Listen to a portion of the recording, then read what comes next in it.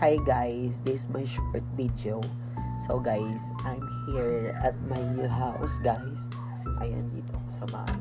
Actually, hindi siya simple lang. And then, mura lang siya. Compare sa labas, yung parang full furnished na siya. And then, maayos talaga. Pero ito sa akin is pinili ko siya. Kasi simple lang pero hindi nakakatakot yung lugar. And then, basta maganda siya. And then dito ako sa Manila na nakatira. Actually Manila na siya, area in Las Piñas, Metro Manila. And my experience guys, sobrang dami kong ginastos dito. And then sakto lang pero grabe. Pero at least may mga dumating sa akin blessing.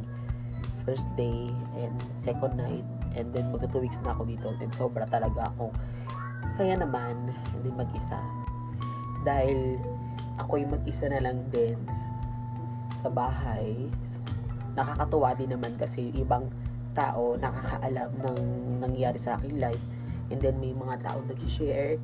And then nakakatuwa kasi kala ko walang tutulong, walang ibang ano. Pero yung iba naman is always pray and care naman sa akin. Kasi nagtitiwala sila kaya ko naman i-boost ang sarili ko kahit mag-isa lang. So nakakatuwa din naman kasi hindi mo alam kung ano mangyari sa sunod na araw o sunod na buwan or taon. Then nakakatuwa din naman kasi dahil maraming sumusuporta kahit napakasimpleng bagay yung ano tinatanggap ko, kahit alam kong syempre maano talaga, hindi natin maiwasan di mag-inarte, pero syempre ito na yung talaga yung attitude and gratitude. And then small thing is very blessing. Nakakatuwa din naman. And then nagbabalik ako upang mag-vlog ulit, and then gawin ko yung mga gusto kong gawin, and then mga bagay-bagay. So pag hindi ko pa natapos tong mga bagay-bagay sa aking kwarto ay mini condo, gagawin ko talagang ayusin and pagandahin siya. Actually yung iba support lang sa akin, and then binigay sa akin ng mga friend ko, and then iba binili ko talaga actually. And then hindi ko pa talaga siya totally pwede pa ipakita kasi feel ko is makalat pa. Pero lahat talaga, pati kusina, nililinis ko every time na may free ako.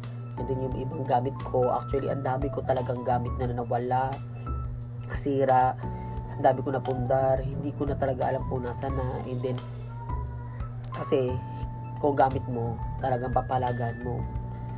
And then syempre ilang times na ako nakalipat, ilang beses na ako umalis. So yun nangyayari, nawawala at nasisira talaga yung gamit. Hindi ko talaga maipigil.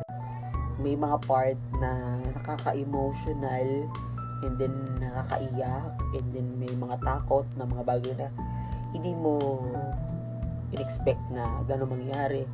Syempre kailangan natin tanggapin, and then magsipag ulit upang makuha natin yung gusto natin makuha, hindi makamtan sa sarili.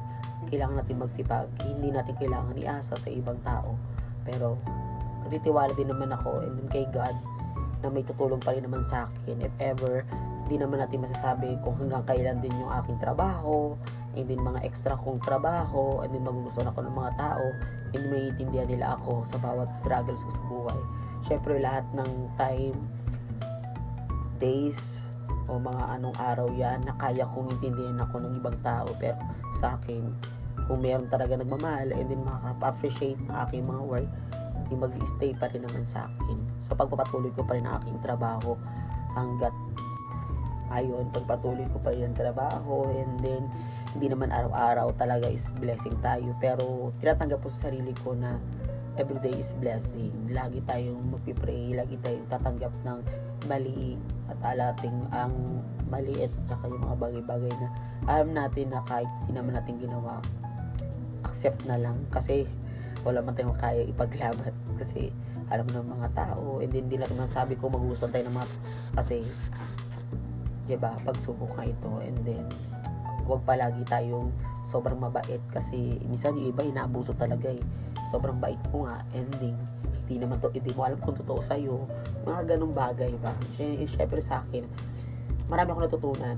Siyempre 32 na ako, and the next year 33 na. So madami pa akong dapat pang gawin, alamin, aralin para matutunan ko yung mga bagay-bagay. Kasi syempre pag ikaw ay Pero nakakatuwa din kasi kailangan natin magsipag. Ayun nga, nakakatuwa kasi alam mo yung hindi mo in-expect, dumarating yung mga blessing, yung mga lesson ka talagang pagdadaanan. Pero sa akin, everyday is blessing talaga. Pero thank you Lord kasi binigyan mo ko ulit ng pag-asa upang magawa ko lahat yung aking dapat kong gawin. And then nakita ko yung mga dapat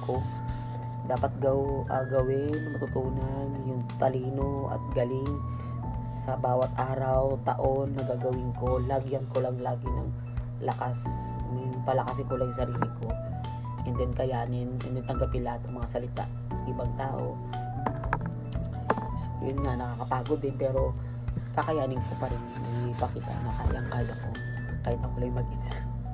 Ganun. So thank you guys, thank you for watching, and thank you for lahat ng nakikita nyo sa akin. Thank you.